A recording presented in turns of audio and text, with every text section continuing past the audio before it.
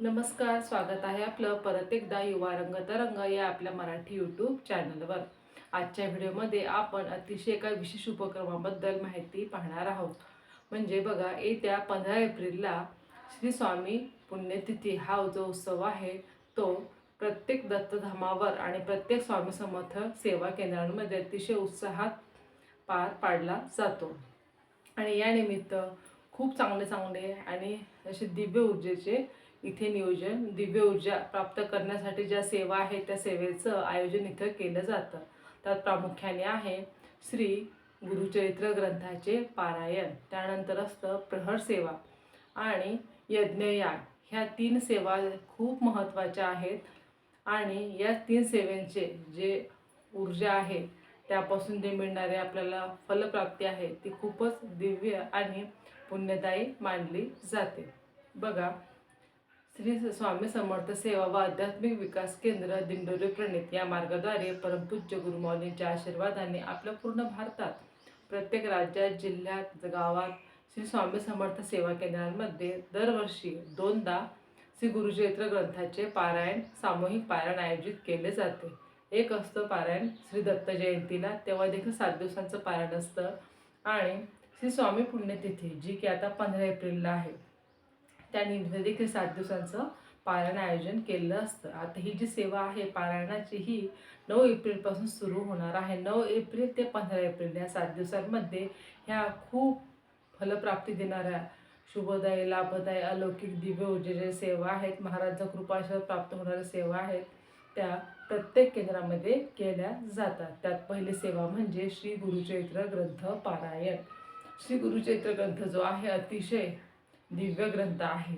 या ग्रंथामध्ये एकूण 53 अध्याय आहेत, परंतु एकेका ग्रंथाची अशी विशेष फळ आपल्याला या पारायणाद्वारे मिळतात. म्हणजे प्रत्येक अध्याय यामधला तेवढाच महत्त्वाचा, तेवढाच फलदायी आहे. आणि ह्या श्री गुरुचरित्र ग्रंथाचे पारायण आहे ते सामूहिकरित्या मोठ्या संख्येने केंद्रामध्ये केले जाते. आणि तुम्हाला माहीतच असेल की ज्याप्रमाणे 4 वेद आहे त्या 4 वेदानंतरचा जो 5वा वेद आहे तो श्री गुरुचरित्र ग्रंथ मानला जातो.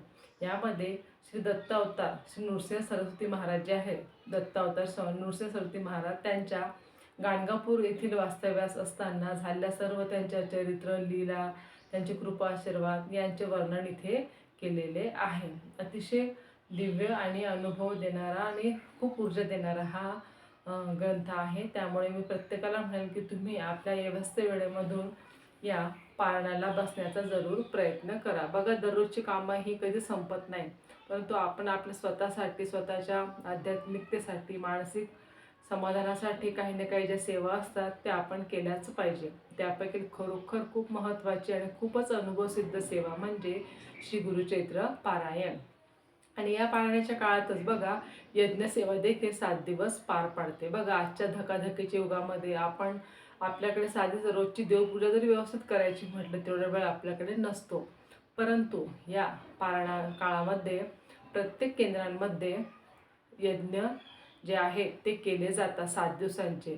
यामध्ये पहिला असतो गणेश याग, जो की मुलांच्या एकाग्रतेसाठी, बुद्धिमत्तेसाठी आणि शिक्षणात सक्सेस मिळवण्यासाठी, त्यातल्या अडचणी दूर करण्यासाठी खूपच महत्त्वपूर्ण असतो. या गणेश यागाला विशेष करून लहान मुलांनाच बसवलं जातं की लहान मुलांना जास्त जास्त संख्येने या, उपस्थित राहा आणि या यज्ञामध्ये स्वाहाकारची सेवा संपूर्ण करा यासाठी मुलांना सांगितलं जातं. अशा वेळेस प्रत्येक पालकांनी आपल्या पाल्यांना घेऊन या यज्ञ जो गणेश याग आहे याला उपस्थित राहण्याचा प्रयत्न करावा, म्हणजे ते जाण्याचा प्रयत्न करावा. बघा, मुलं ही आपली खरी संपत्ती आहे, त्याच्यासाठी प्रत्येक पालकालाच आतापासून प्रयत्न करणे फार गरजेचे आहे. आपण जर प्रयत्न केले तर मुलांना देखील त्याची आवड ऑटोमॅटिकच निर्माण होईल. त्यामुळे प्रत्येकाने हे जे आहे पारायण, त्यानंतर यज्ञसेवा केलीच पाहिजे. यामध्ये गणेश याग, चंडी याग, रुद्रयाग, स्वामी याग आणि गीता याग असे खूप 5 ते 6 महत्त्वपूर्ण यज्ञसेवा पार पडतात. एवढे यज्ञ आपण आपल्या घरी आणि आपल्या वैयक्तिक आयुष्यामध्ये करणं शक्यच नाही. त्याचा खर्चही खूप येतो आणि त्याला वेळही खूप जातो आणि त्याचे खूप नियम आपल्याला पाळावे लागतात. परंतु आपल्या गुरूंच्याच म्हणजे स्वामींच्या आशीर्वादाने, गुरुमाऊलींच्या आशीर्वादाने आपल्या स्वामी समर्थ केंद्रांमध्ये आपल्याला या सेवा विनामूल्य व सहजरित्या मिळतात. त्यामुळे प्रत्येकाने या सेवेचा अनुभव घ्यावा, सेवेचा लाभ घ्यावा आणि महाराजांच्या चरणी सेवा रुजू करावी. त्यानंतरची पुढची सेवा आहे प्रहर सेवा. प्रहर सेवा म्हणजे काय, तर 7 दिवस अखंडपणे न थांबता, न कोणताही म्हणजे कोणताही व्यत्यय न घेता किंवा कोणताही न थांबता रात्रंदिवस अगदी 24 तास 24 तास याच्यामध्ये श्री स्वामी चरित्र सारामृतचे पारायण, वाचन, श्री स्वामी समर्थ मंत्र या जप, हा जप आहे, जे जप आहे तो जप आणि वीणावादन, ह्या 3 सेवा अखंडपणे न थांबता 7 दिवस अखंडपणे सुरू असतात. यामध्ये काही पुरुष म्हणजे दिवसा स्त्रिया महिला सेवेकरी सेवा देतात आणि रात्रीच्या वेळेस पुरुष जे सेवेकरी आहेत ते सेवा देतात. अशा वेळेस त्यांना जशी जमेल आपल्या वेळेप्रमाणे ही देखील आपण सेवा करणं खूप महत्त्वाचे आहे, कारण ही देखील तेवढीच महत्त्वपूर्ण सेवा आहे.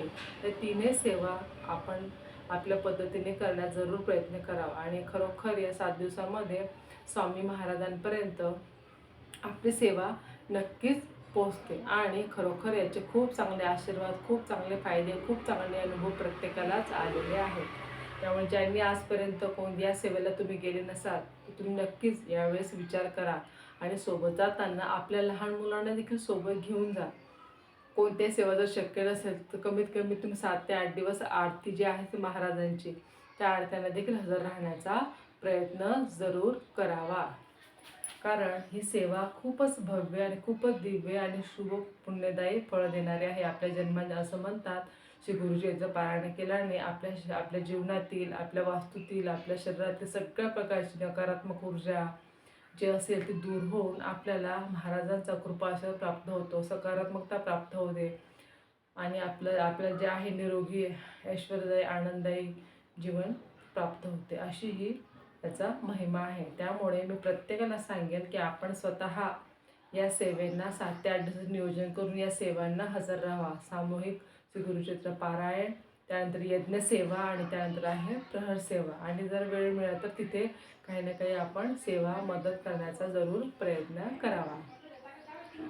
आणि हा जो वेळ आहे तो ही तारीख नक्की लक्षात ठेवा, 9 एप्रिल ते 15 एप्रिल या दरम्यान आपल्या जे आहे पारायण सेवेला सुरुवात होणार आहे.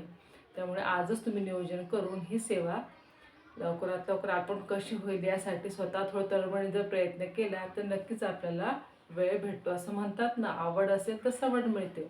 तर खरोखर मनापासून आपला आवड असेल आणि खरोखर या सेवा इतक्या महत्त्वाच्या आहे की आपण आपल्या घरी वैयक्तिक करू शकत नाही. अशा वेळेस तुम्ही थोडासा वेळ काढून प्रयत्न करून जर ह्या सेवा केल्या तर खरोखर त्या दिव्य तुम्हाला अनुभव, महाराजांचा आशीर्वाद तर मिळणारच आहे, दिव्य अनुभव देखील येणार आहे आणि जीवनातील सगळे दुःख दूर देखील होतीलच, यात काही शंकाच नाही.